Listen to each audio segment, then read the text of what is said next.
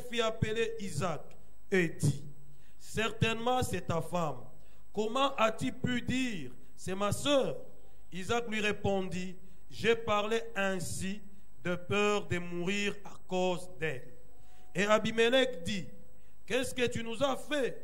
Peu s'en est fallu que quelqu'un du peuple n'ait couché avec ta femme et tu nous aurais rendus coupables. Alors Abimelech fit cette ordonnance pour tout le peuple.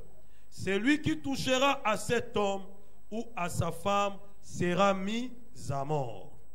Isaac sema dans ce pays et il recueillit cette année le centuple, car l'Éternel le bénit. Cet homme devint riche et il alla s'enrichissant de plus en plus jusqu'à ce qu'il devint fort riche. Il avait des troupeaux de menus bétail et des troupeaux de gros bétail et un grand nombre de serviteurs. Aussi les Philistins lui portèrent envie. Tous les puits qu'avait creusés les serviteurs de son père, du temps d'Abraham son père, les Philistins les comblèrent et les remplirent de poussière. Et Abimelech dit à Isaac, va-t'en de chez nous, car tu es beaucoup plus puissant que nous. Parole du Seigneur. Merci, pasteur. Veuillez vous asseoir. Notre Père et notre Dieu, nous te rendons grâce pour ce moment de partage que tu nous donnes. Viens et parle à chacun de nous. Nous détruisons tous les dispositifs de l'ennemi pour empêcher à ton peuple d'écouter ta parole. Réveille ta parole de ton onction afin qu'elle entre dans nos cœurs et y trouve une bonne place. Au nom de Jésus-Christ de Nazareth. Amen. La prospérité au milieu de la crise. Comment prospérer au milieu de la crise? Tel est le thème de notre partage de ce jour. Bien-aimés, chaque crise soulève des défis qui poussent les gens à chercher des solutions endogènes ou exogènes. Ce texte nous dit qu'il y avait une crise en Israël. Il s'agissait d'une famine plus sévère que celle qu'ils avaient connue à l'époque d'Abraham.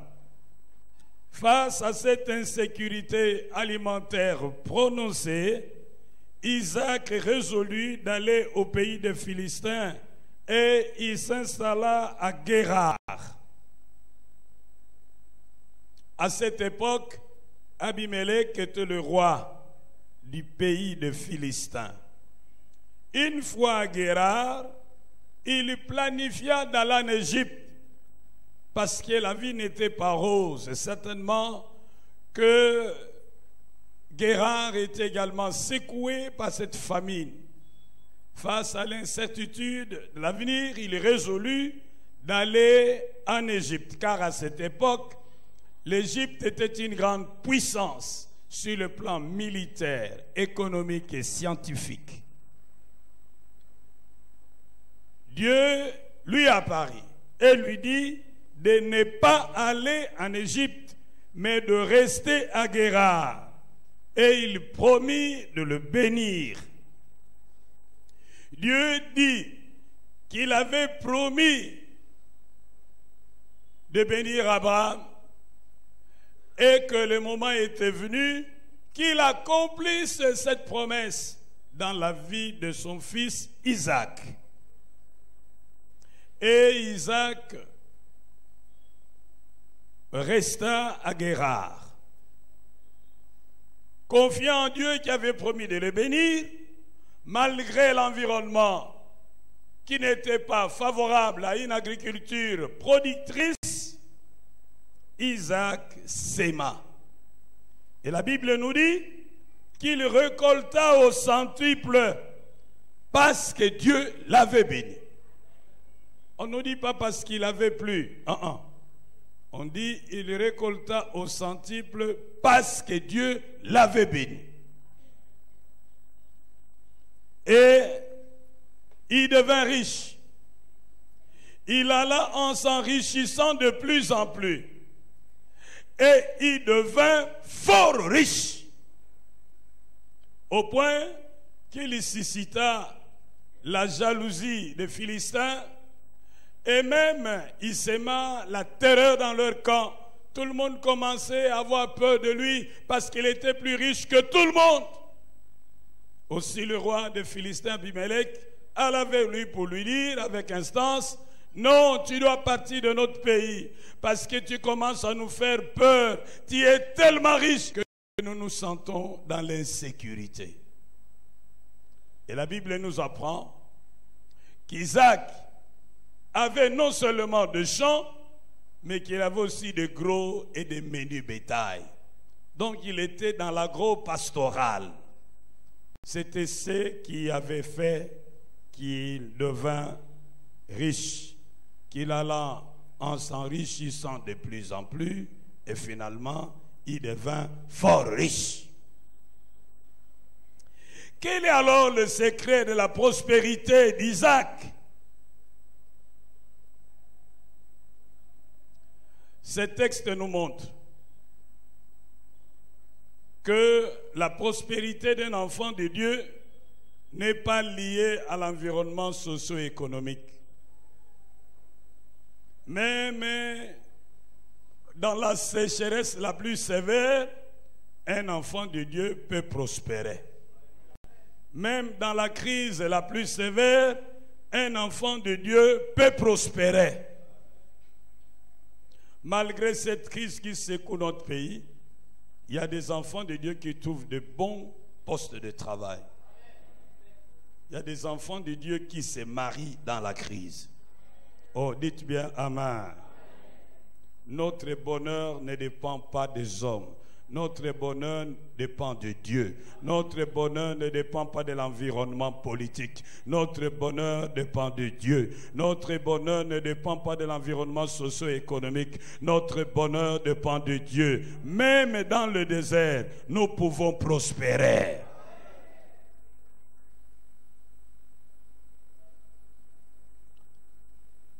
Aujourd'hui, j'aimerais vous partager 5 secrets de la prospérité d'Isaac. Le premier secret, c'est qu'il avait un fondement spirituel positif. Dans Romains 11, versets 18 à 19, la Bible dit que ce n'est pas la branche qui porte la racine, mais c'est la racine qui porte la branche. La qualité de vie de la branche dépend de la qualité de la racine qui porte la branche. La racine est cachée, mais c'est elle qui détermine tout ce que l'arbre est et tout ce qu'il peut produire. Dans notre vie, la racine est faite du spirituel, le fondement spirituel sur lequel est construite ta vie. C'est ce fondement qui va déterminer ta destinée. Pour Isaac, son fondement était bon. Pourquoi? Parce qu'il était l'enfant de l'ami de Dieu. Son père était l'ami de Dieu. Il était lui-même l'enfant de la promesse. Et il connaît Dieu, mais Dieu le connaissait aussi. L'avantage de ce jeune homme, c'est qu'à cause du fondement laissé par son père, Dieu se sent redevable vis-à-vis de lui. Il dit: à cause du serment que je fais à Abraham, je viens pour te bénir. Lorsque tu as une promesse de Dieu et que sa bénédiction repose sur toi, tu es un homme heureux. Car c'est le spirituel qui commande tout dans la vie de l'homme. C'est la bénédiction de l'Éternel qui enrichit. Et il l'a fait suivre d'aucun chagrin. Le Dieu d'Abraham, le Dieu d'Isaac et le Dieu de Jacob.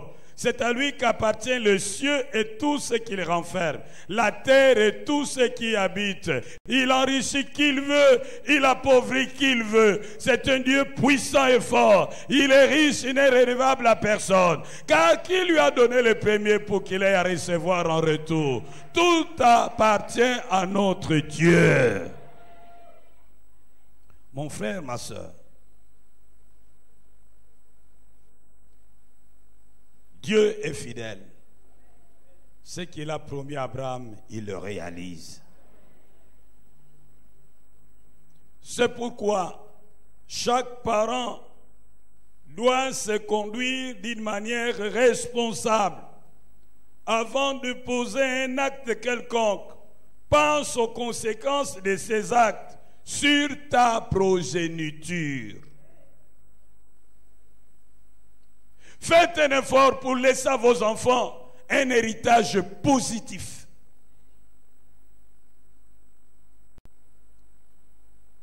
Quand je parle d'un héritage positif, c'est plus sur le plan spirituel.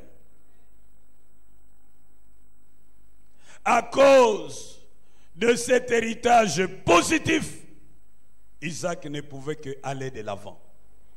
Oh, dites encore Amen. Vous savez, il y a beaucoup de gens talentueux,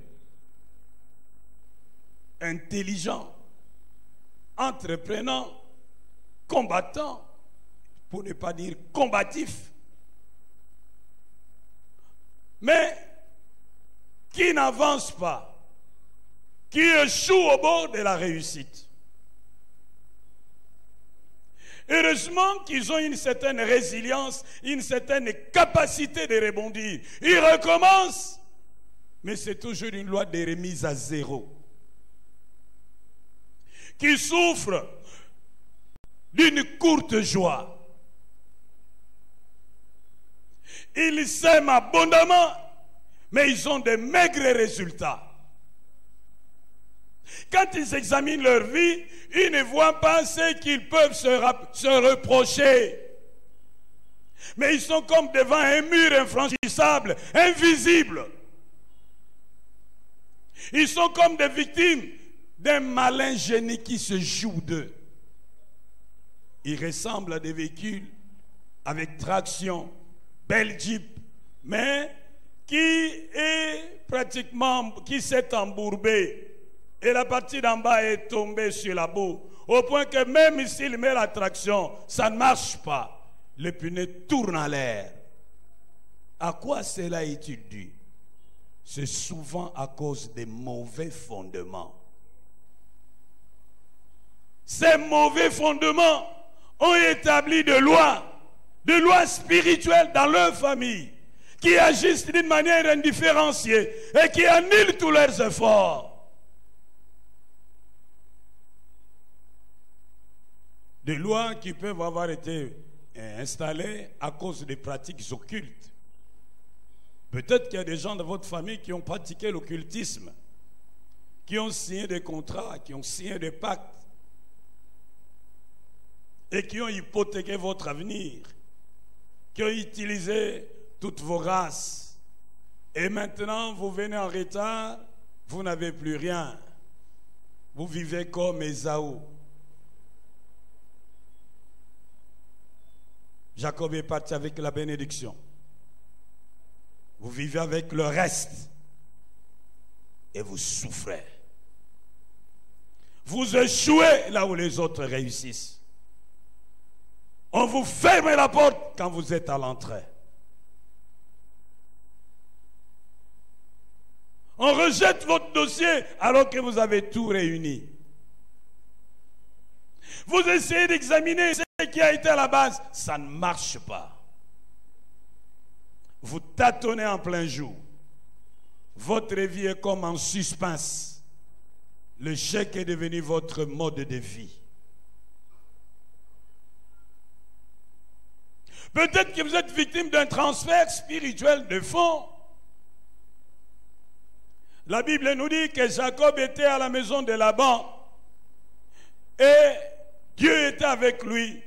Dieu fit prospérer la maison de Laban. Et au finish, Dieu prit les richesses de Laban, les transféra à Jacob. Et Jacob dit, Dieu a pris les richesses de votre père et me les a données. Et comme le diable est le singe de Dieu, même sur le plan spirituel, le diable applique les mêmes principes.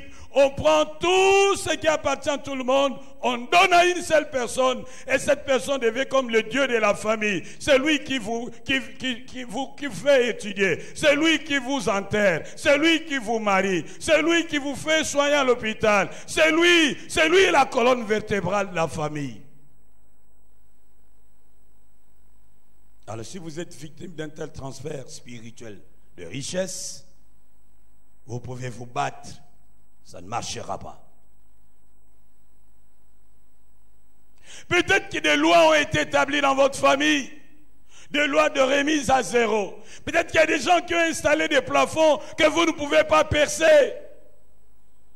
S'il était au village et qu'il n'avait que 4 vaches, et il dit, tant que je vivrai, tant que cette famille existera, personne ne me dépassera en richesse. Mais vous pouvez vous battre. Quand vous aurez atteint la vallée des 4 vaches, ce sera les plafonds. Vous devez refaire la descente pour remonter et arriver encore à 4 vaches. Et ça sera comme ça. Bien aimé, le fondement spirituel peut être constitué de malédictions déclenchées par des pratiques occultes, des malédictions déclenchées par des meurtres, des malédictions déclenchées par l'immoralité sexuelle, des malédictions déclenchées par les actions d'injustice sociale, par la violation de l'autorité établie.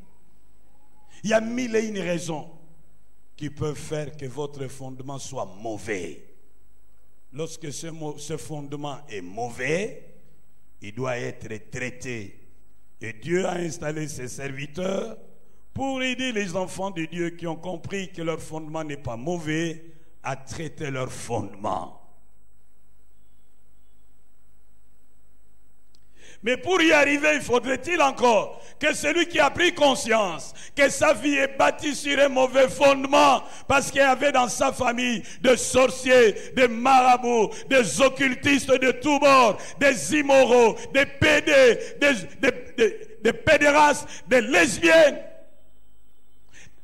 Parce que dans sa famille avait été pratiqué de l'inceste, de l'adultère, de meurtre. Ils ont vendu les gens, ils ont acheté les gens, ils ont enterré les gens vivants. Parce que dans leur famille, il y a eu violation des droits des faibles, des veuves, des orphelins, des étrangers. Parce que dans leur famille, il y a eu outrage à l'endroit des autorités spirituelles. Ceux qui se rendent compte que leur fondement est mauvais, ils doivent rencontrer des hommes de Dieu ayant des petites bouches et des grosses oreilles pour s'ouvrir et bien parler. Dis à ton voisin, Fungwama solo la bien. Dis-lui ça. Ne meurs pas en silence. Évite l'autodélivrance. C'est de l'orgueil.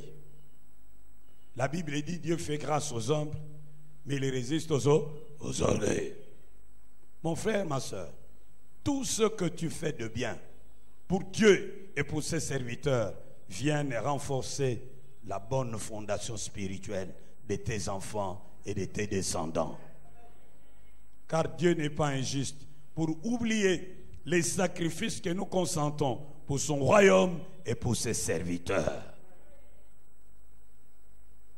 Ces mauvais fondements ne peuvent pas partir par une simple prière.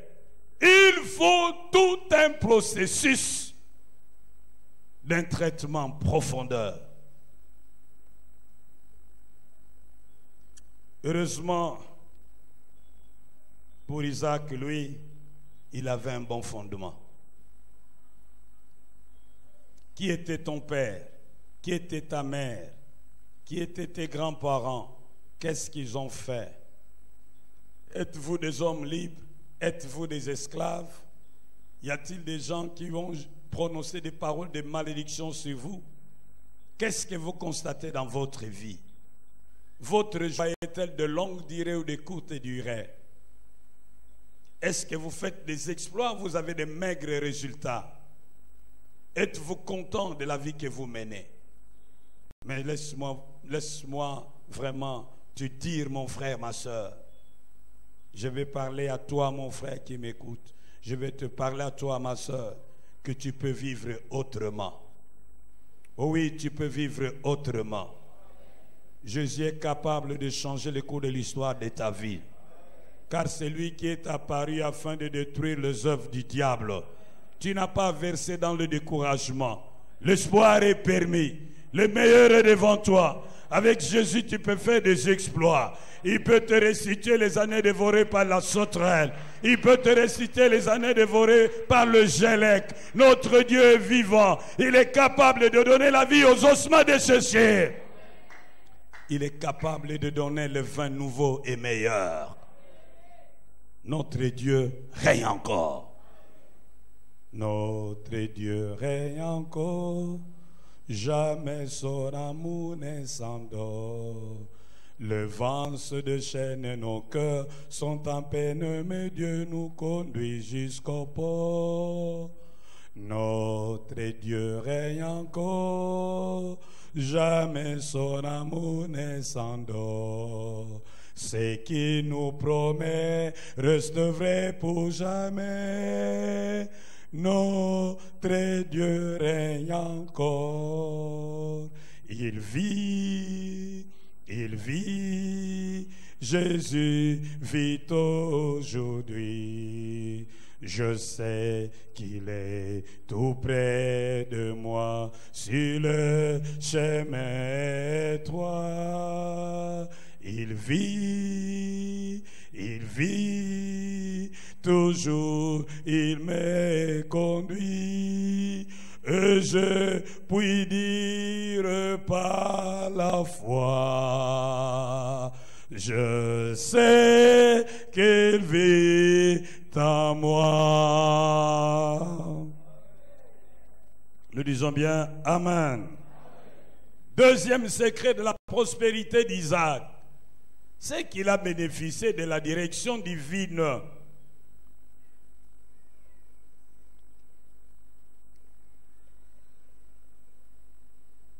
À cause de son père Abraham, Dieu le préserve de prendre une mauvaise décision d'aller en Égypte. Dieu intervient d'une manière directe pour lui barrer la route de l'Égypte. Dieu lui demande de rester à Guérard. Bien-aimés, nous ne serons jamais heureux tant que nous ne serons pas là où Dieu voudrait que nous soyons. Nous ne serons jamais heureux tant que nous ne serons pas en train de faire ce que Dieu voudrait que nous fassions. C'est pourquoi, si tu veux être heureux et prospérer au milieu de la crise, tu dois prendre comme résolution, pas un pas sans Dieu. Ah, dites à ton ami, pas un pas sans Dieu. Dis-le. Pas un pas sans Dieu. Mon frère, ma soeur, Dieu peut et Dieu veut nous montrer la voie à suivre. Il est prêt à nous dire ce que nous devons faire. Il est prêt à nous dire où nous devons aller. Il est prêt à nous dire où nous devons nous installer. Dans les psaumes 32, verset 8, la Bible dit, c'est Dieu qui déclare, je te conseillerai, je t'instruirai, je te montrerai la voie que tu dois suivre.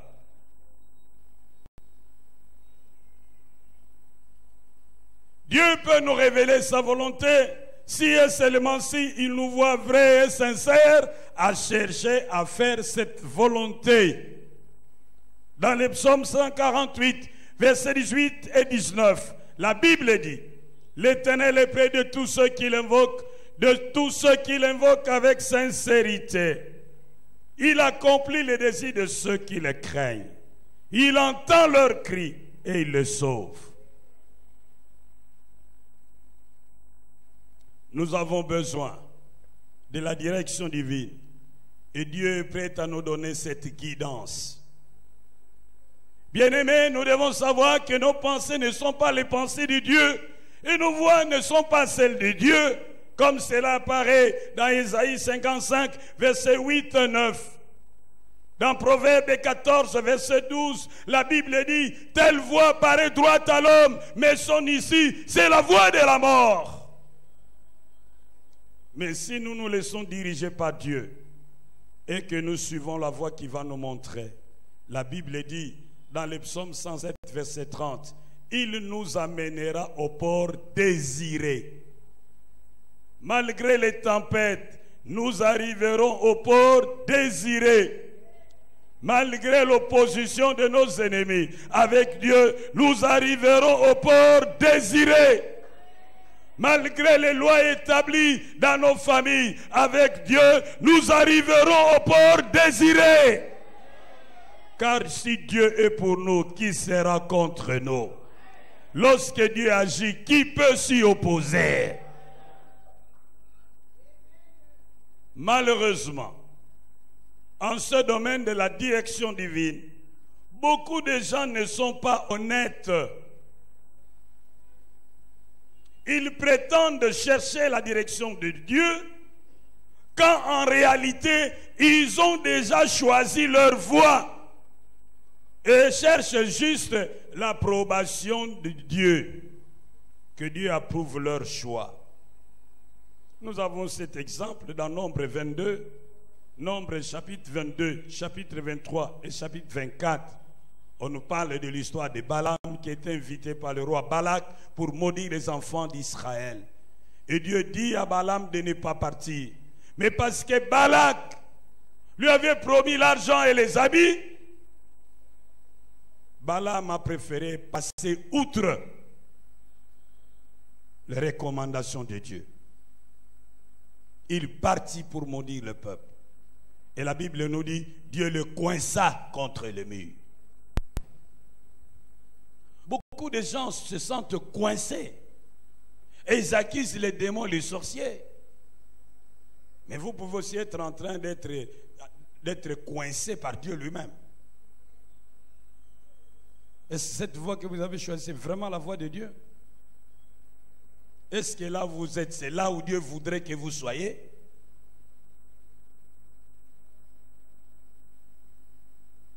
Est-ce que ce que vous faites, c'est vraiment ce que Dieu voudrait que vous fassiez? Le prétendu homme de Dieu que vous fréquentez, c'est vraiment un homme de Dieu? Les apparences sont souvent trompeuses. Vous avez le droit de prier, de chercher la face de Dieu pour qu'il vous montre si vraiment l'homme que vous fréquentez est vraiment son serviteur.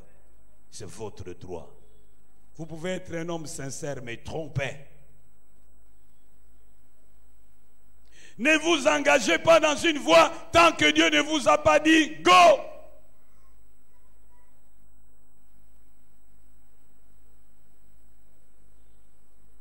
Souvent, les enfants de Dieu agissent en dehors de la volonté de Dieu par précipitation, par impatience et commettent des erreurs graves. La Bible dit dans Jérémie 33, verset 3, « Invoque-moi, je te répondrai, c'est Dieu qui parle. Je t'annoncerai des grandes choses, des choses cachées que tu ne connais pas. » Mais Dieu n'a pas donné les délais de réponse.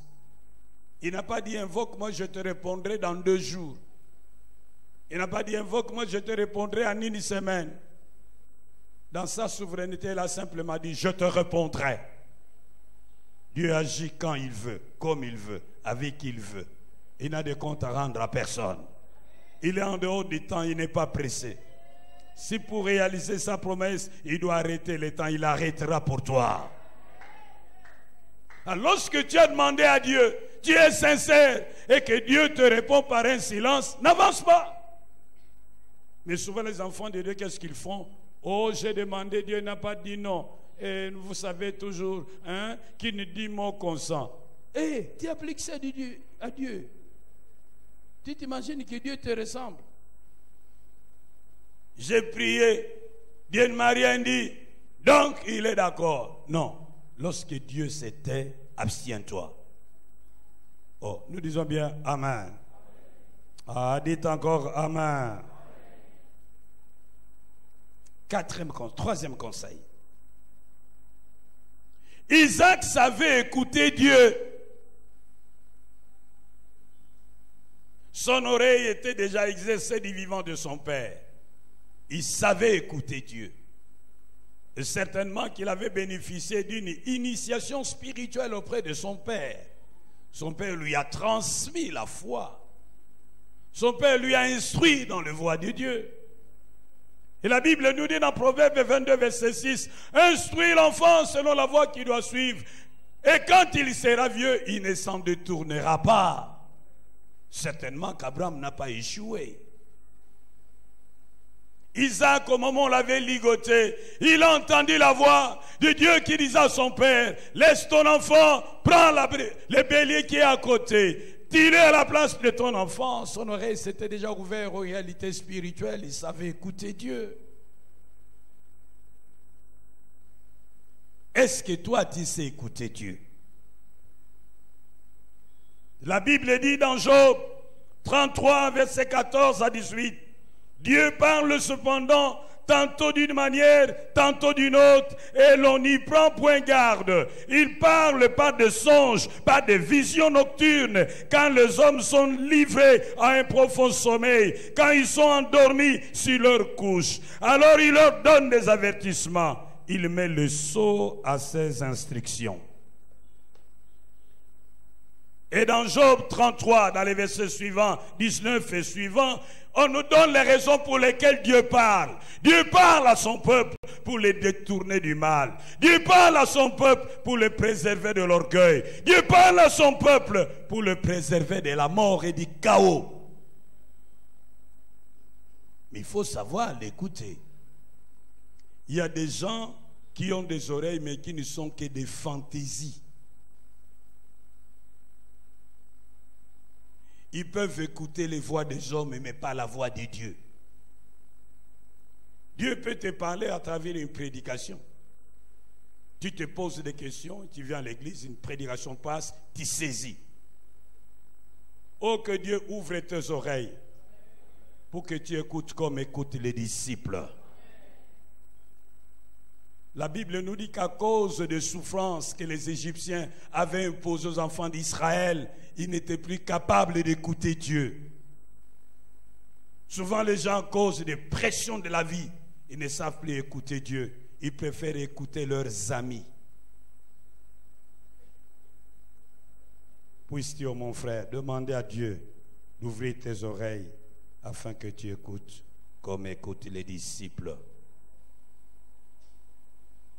Quatrième principe du succès d'Isaac.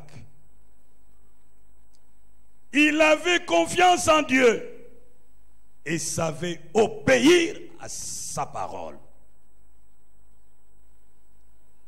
Si Isaac n'avait pas confiance en Dieu, il n'allait pas rester à Guérard et s'aimer le peu de semences qui lui restaient, qui étaient précieuses. C'est parce qu'il avait confiance en Dieu qui avait promis de les bénir qu'il a risqué avec Dieu en s'aimant au milieu de la famine. Il y avait la famine parce que la terre ne produisait plus assez. Mais il croyait à la bienveillance de Dieu. Il croyait en la fidélité de Dieu. Il savait que Dieu était capable de tenir promesse. Il savait que Dieu connaît les secrets de la croissance des plantes. Il a dit, je ne dépends pas de la pluie, je ne dépends pas des saisons, je ne dépends pas de l'environnement, je dépends de Dieu et de sa promesse. Je ne regarde pas au problème, je regarde à Dieu et à sa promesse. Il a sémé. L'obéissance à la parole de Dieu est la meilleure expression de notre foi. Et si la foi est en nous, nous ferons des exploits. Car rien n'est impossible à celui qui croit. Et Jésus dit, si tu crois, tu verras la gloire de Dieu. Ce qui importe, ce n'est pas la grandeur de la foi. Même si elle est petite, ce qui importe, c'est l'objet de la foi. dis-moi en qui tu crois et je te dirai à quoi tu dois t'attendre.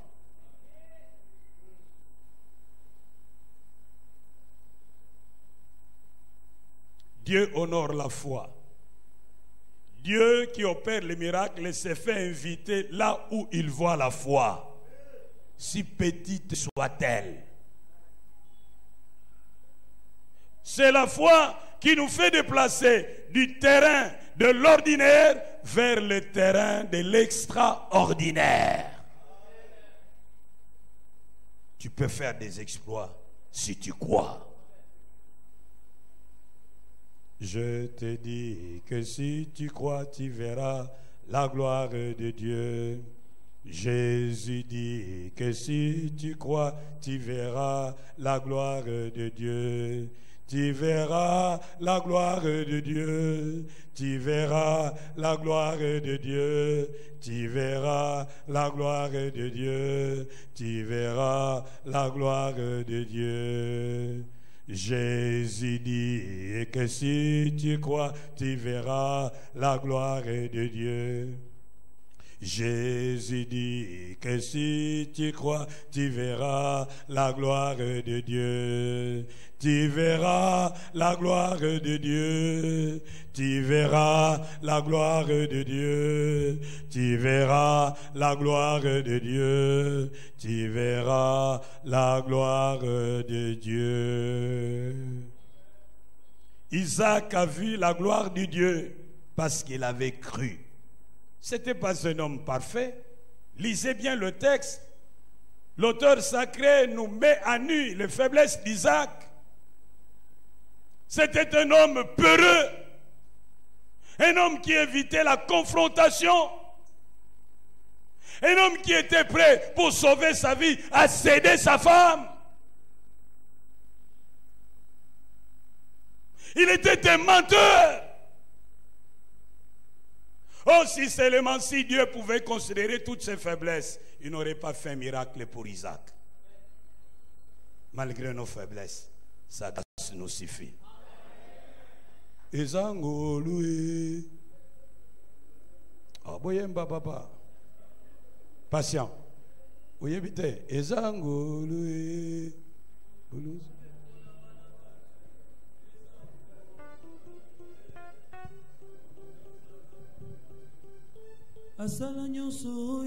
Yembagas.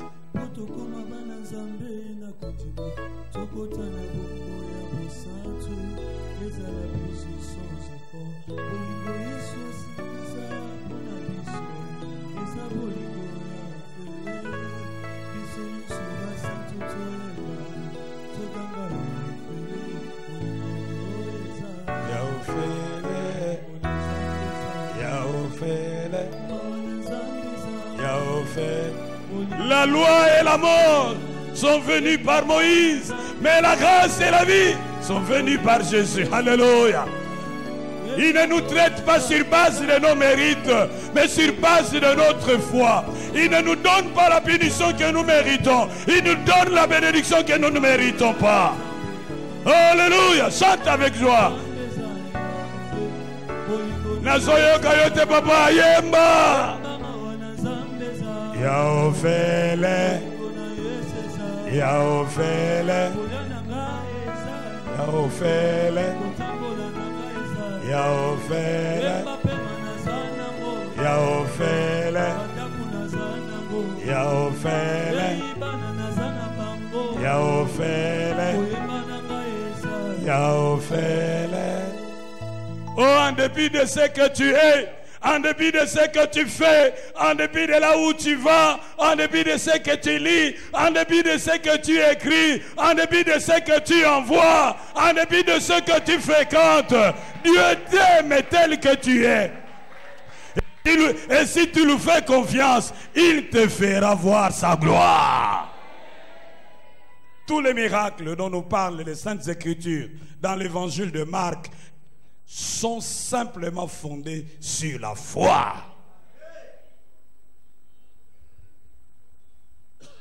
Cinquième et dernier secret de la prospérité d'Isaac au milieu de la crise. Isaac connaissait l'art de travailler dur.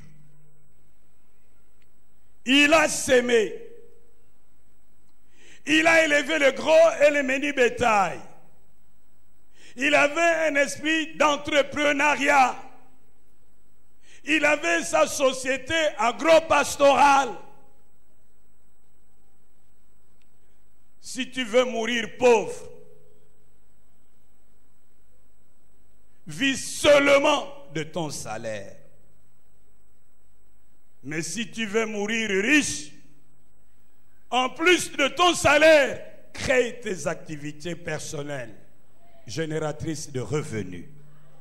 Rêve un jour de devenir patron de toi-même. Commence petit, pense grand. N'attends pas de réunir tous les moyens pour commencer. Va avec cette force que tu as. La Bible dit, ne méprise pas les faibles commencements.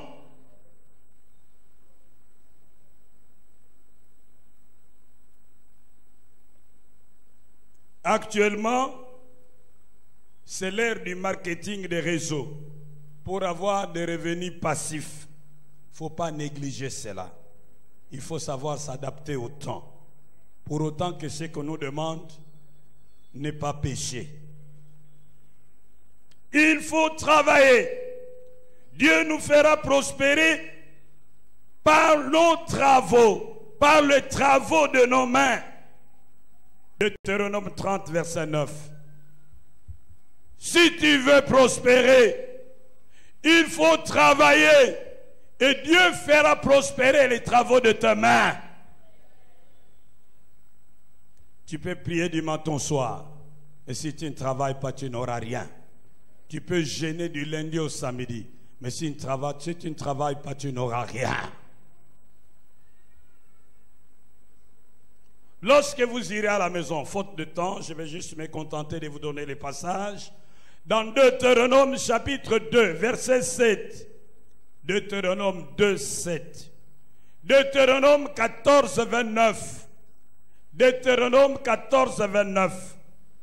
Deutéronome 15, verset 10. Deutéronome 15, verset 10. Deutéronome 16, verset 15. Deutéronome 16, verset 15. Deutéronome 21, verset 3. Deutéronome 21, verset 3. Deutéronome 28, verset 12. Deutéronome 28, verset 12. Deutéronome 28, verset 33. Tous ces passages nous disent que Dieu nous fera prospérer par les travaux de nos mains. Et dans Proverbe 14, verset 23, la Bible dit, tout travail procure l'abondance, mais les paroles en l'air ne mènent qu'à la disette. Celui qui ne veut pas travailler finira par voler. Dites avec moi, voler n'est pas bon. Celui qui ne veut pas travailler va vivre de la main tendue, de la mendicité. Dites avec moi, mendier n'est pas bon. Celui qui n'aime pas travailler ne sera pas respecté.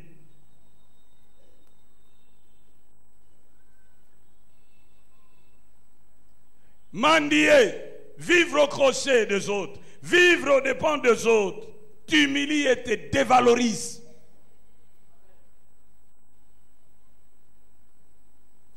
Dieu est travailleur.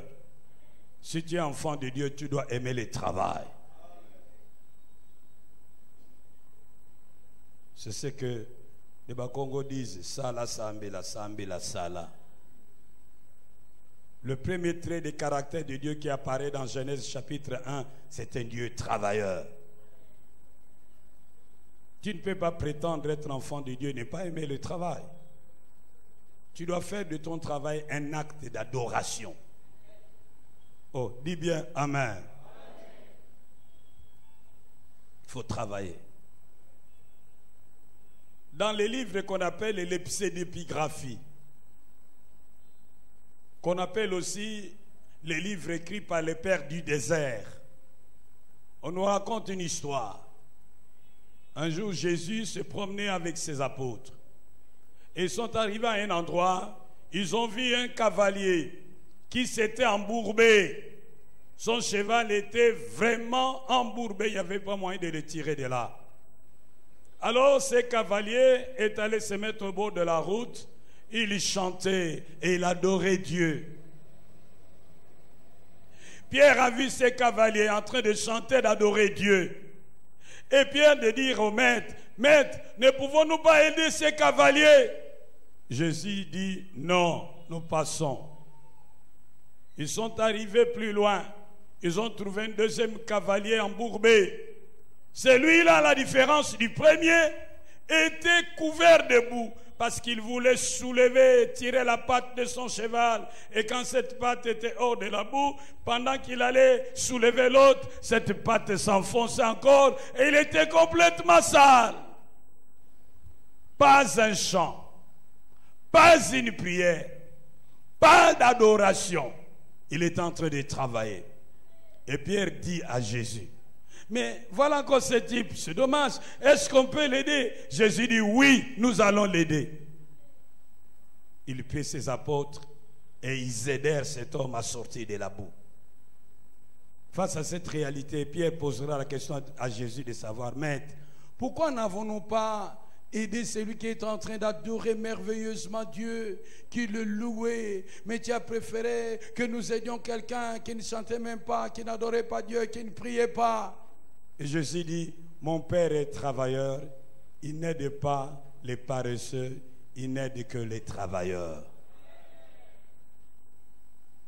Il y a aussi des gens qui disent, oh, les oiseaux ne sèment ni ne moissonnent, mais ils mangent chaque jour. Est-ce que Dieu va leur donner la nourriture dans leur nid? Ils sortent tout le matin, après l'action d'adoration, ils vont chercher. Dis à ton ami, Ningana, lobane Ningana. Ah, zongela lobane Ningana. Surtout un homme ne doit pas vivre au crochet du petit commerce de sa femme. C'est humiliant. Même si ta femme travaille, il faut que tu te dises au fond de ta tête que la femme aime toujours l'argent de son mari.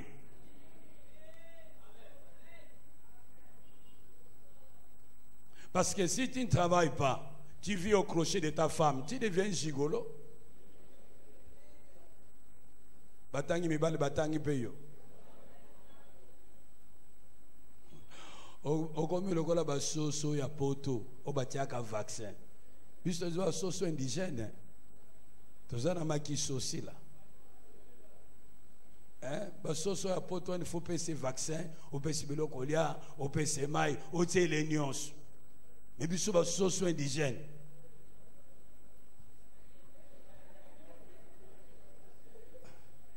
Disons bien Amen.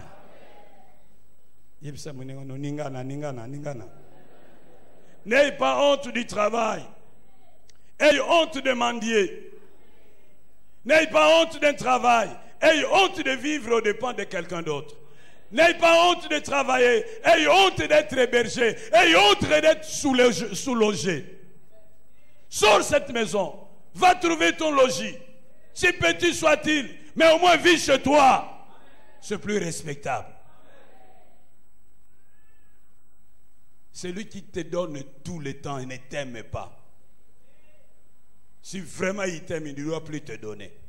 Comme ça, tu vas tourner ta tête pour trouver des solutions. Celui qui te donne bloque ton imagination fertile, créatrice. Dis à ton ami que songe le soutien.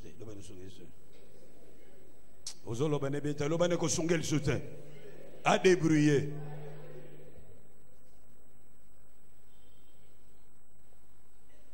Tu es seulement obligé d'aider ton père et ta mère. Ceux qui doivent aider tes frères et tes sœurs qui sont déjà majeurs, qui sont valides, qui sont normaux, qui ne sont pas malades, c'est leurs parents. Papa nous a songer. Est-ce que je me fais comprendre? Ah, je n'entends pas. Est-ce que je me fais comprendre?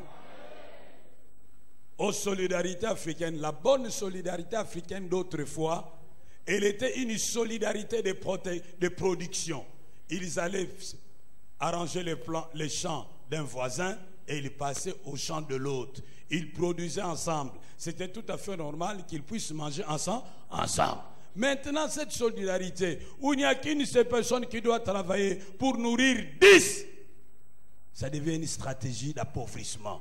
C'est un nivellement par le bas. Nous devons mettre fin à ça. Il faut que chacun apprenne à se prendre en charge.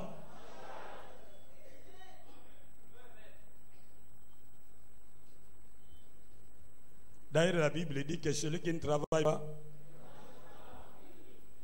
Donc, même si tu es chez ton grand frère, avant de manger, pose-toi la question, qu'est-ce que je fais? Si tu n'as rien fait, ne mange pas. Demande d'abord à la belle-sœur, donne-moi un travail pour que je puisse manger. Balaye la parcelle, repasse les camisoles de ta belle-sœur, va ranger les chambres des enfants, essuie la toilette, époussiette le meuble, transpire un peu, prends ton foufou. Mais si tu n'as rien fait, ne mange pas. Et quand on veut te donner, tu dis, veuillez m'excuser, je ne vais pas manger aujourd'hui parce que je n'ai rien fait.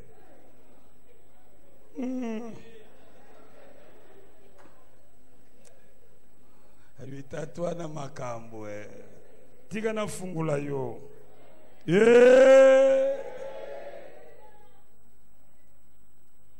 Toi tu fais quoi? Et ici je profite de l'occasion pour montrer l'importance de l'agriculture et de l'élevage. Il est devenu riche par l'agriculture et l'élevage. Malheureusement, ici chez nous, nous avons 80 millions d'hectares de terres arables, mais nous n'exploitons que 10%. Et nous sommes dans un pays qui souffre d'insécurité alimentaire. Oh, je l'ai dit à la honte de nos agronomes.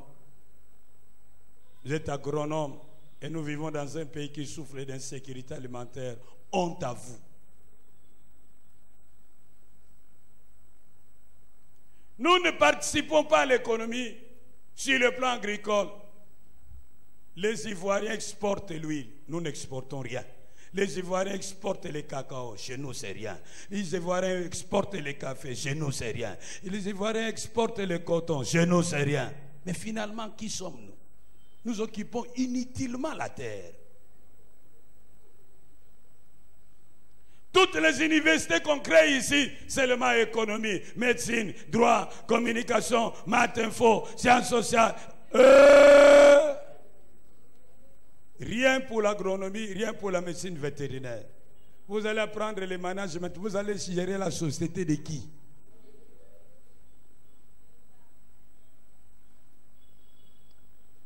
Ne négligeons pas l'agriculture. Pendant que tu travailles, fais tes champs. Oh, dites bien Amen. Moi, j'ai beaucoup d'admiration pour le président Moki. Il a dit, moi, je ne vais pas prendre le pouvoir pour devenir riche. Moi, j'ai déjà mon argent. J'ai mes plantations. J'ai mes maisons.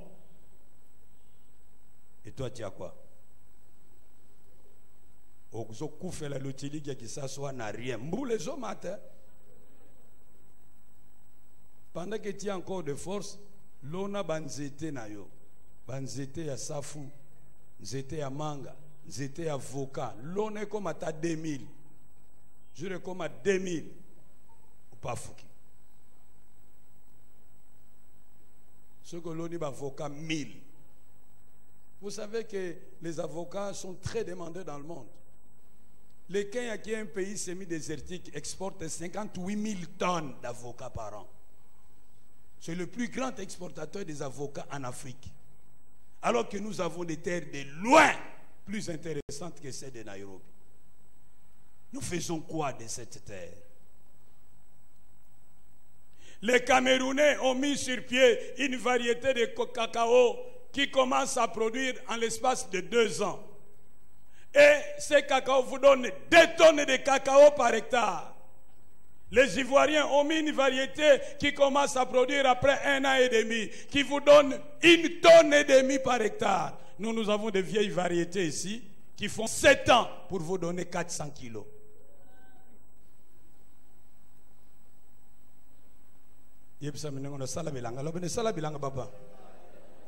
Ah, zongela lobene sala bilanga.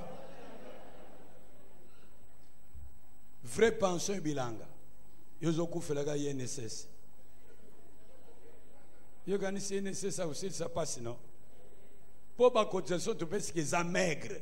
Miracle nini mama wana ko sala pour yoko vivre bien. Parce que ba cotisation tu penses que ça maigre. Alors pour na ko pablier na moi pension na ya muke zala mo bilanga na yo. Oh loba bien amen. Na zo côté loba bien amen. Lona banana. Lona banana 1 an 6 mois au Bouki. Nona. L'hectare moko lona 10 000 anana. Oko somba ngwa wana sonabata 160 francs les rejets. Lona zela okobuka. Lona babananie eko sala 18 mois e bande ko buka. Chaque semaine aux oko 4 zotik aux se retrouver. Lobana, est-ce que tu es puissant? Est-ce que tu es puissant? Oh, tu n'as est-ce que tu es puissant? Tala moninga no Isaac devint puissant. Est-ce que tu es puissant? Papa.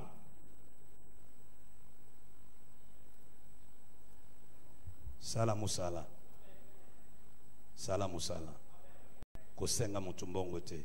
Kosenga mutu lisungi te. Kotanda misère na yote. Ata mutu alinga peso kado loba non merci. Boya ba kado. Et puis ce que son mbongo no kusili sangote kusalisaka ba goigoi. Kozwa place nzambe te. Yesu natia bizitu. C'est Jésus qui a dit venez à moi vous tous qui êtes fatigués, chargés, je vous donnerai du repos. C'est lui qui a des épaules assez larges, moi j'en ai des petites. Et je ne peux pas porter les fardeaux de tout le monde. Oh, dites bien amen. Que le Seigneur vous bénisse.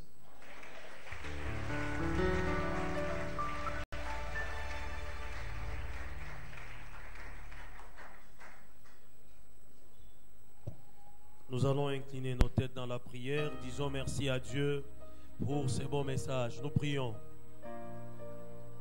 Dites merci à Dieu pour ces bons messages de ce matin. Lui qui a le souci de nous voir prospérer, même pendant le moment de crise. Car il est capable de transformer nos moments de crise en moments de prospérité. Dis-lui merci. Merci Père pour cette parole. Merci parce que tu es capable de transformer le moment que nous voyons comme moment de crise en moment d'opportunité. Telema bisika ezwamiyo. Telema tokobondela. Telema nazali kozela yo. Telema tobondela. Tombola maboko na yo likolo. Kolo Yesu. Kolo Yesu. Na ye liboso na yo. Na yebite. Musisa nini. Fondement nini. Oyo eswinga. Na yebite. Fondement oyo. Bisika bomo inanga. Esi etongami. Ezalaki ndenge nini. Soki eza ya mabe. Pe influence ka vi nanga. Pe ya libota nanga. Na mabe. Na tongo na lelo. Ba fondement nyonso négatif. Nazali ko buka yango. Nazali ko bebisa yango. E uta na bokoko nanga. E uta na bo papa nanga. E uta na ngai moko. Fondement nyonso négatif. Oyo ekonzami na satana. Na buki yango. Na buki yango. Na kombo na Yesu Kristo. Ale beta maboko. Banda ko buka. Ba fondement nyonso mabe. Buka yango. Buka yango la kombo na Yesu Kristo. Bebisa yango. bebisa ba fondement nyonso mabe oyo memi bomoi na yo oyo memi libota na yo ba fondement nyonso kindoki ba fondement nyonso bonganga ba fondement nyonso ya milimo mabe oyo ezwi bomoi na nga ezwi bomoi ya mwasi na nga ya bana na nga nazali kokende kobebisa yango nazokende kodetruire yango na kombo na Yesu Kristo na kombo na Yesu Kristo nazali kobebisa yango au nom de Jésus-Christ au nom de Jésus-Christ tombola maboko na yo Yahweh Yahweh na ye liboso na yo na bomoi na nga pe ya libota na ngai toye kotonga yango likolo na yo Yesu Kristo Yesu Kristo zala fondement ya bomoi na ngai ya libota na ngai ya bana na nga ya molongani na nga ya bandeko na nga kobanda mokolo na lelo kobanda mokolo na lelo totongami likolo na yo yonde omema biso yonde omema biso na kombo na Yesu Kristo bondela bondela bondela zwa bomoi na yo ya libota na yo mema yango likolo ya Yesu Kristo yenda zala fondement ya sika beta maboko bondela bondela bondela boya ba fondement mususu boya ba fondement mususu loba ete Yesu yenda komi fondement ya sika oye koumela fondement mususu te Yesu kaka na kombo na Yesu Kristo na kombo na Yesu Kristo tombola maboko na yo Yahweh yondo lobi nanga okopambola misala nyonso ya maboko nanga na ye kopesa yo maboko nanga oyo na pesi yo maboko nanga oyo bulisa yango oyo nyonso ebandaki kosala soki nasali musala ebonga te esimba te esprit nyonso oyo ebomaka misala oyo ebomaka oyo nasalaka na tongo na lelo molimo wana ya destruction ya misala bokonzi na yango esuki na kombo na Yesu Kristo bomana lu molimo nyonso destruction ya misala nde to continue oyo nyonso ebomaka misala esala lisusu te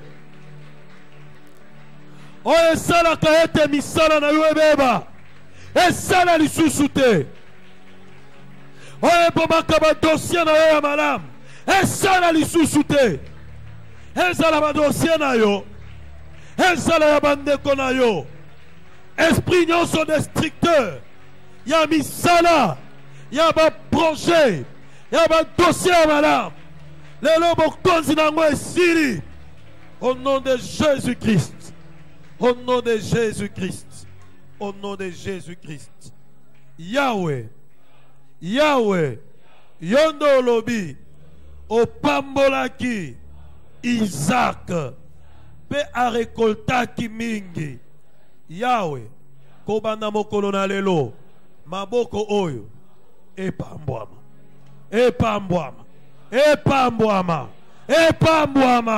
misala nyonso na kosala epambwama ata ebandi muke ekola Yahweh pambola misala na ngai pambola misala bandeko na ngai pambola misala ya bana na ngai pambola misala ya molongani na ngai Yahweh to prospérer à tous égards au nom de Jésus-Christ bondela pambola misala na yo pambola maboko na yo pambola yango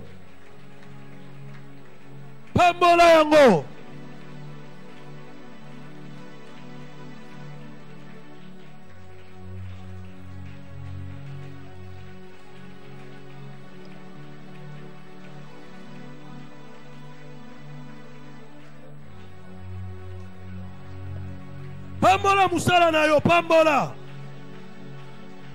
Zamba komisa munene. Alimentation na yo. Zamba komisa munene. Makambo salaka. Apesa yo ba contact utile. Atindela yo. Bato bako sunga yo.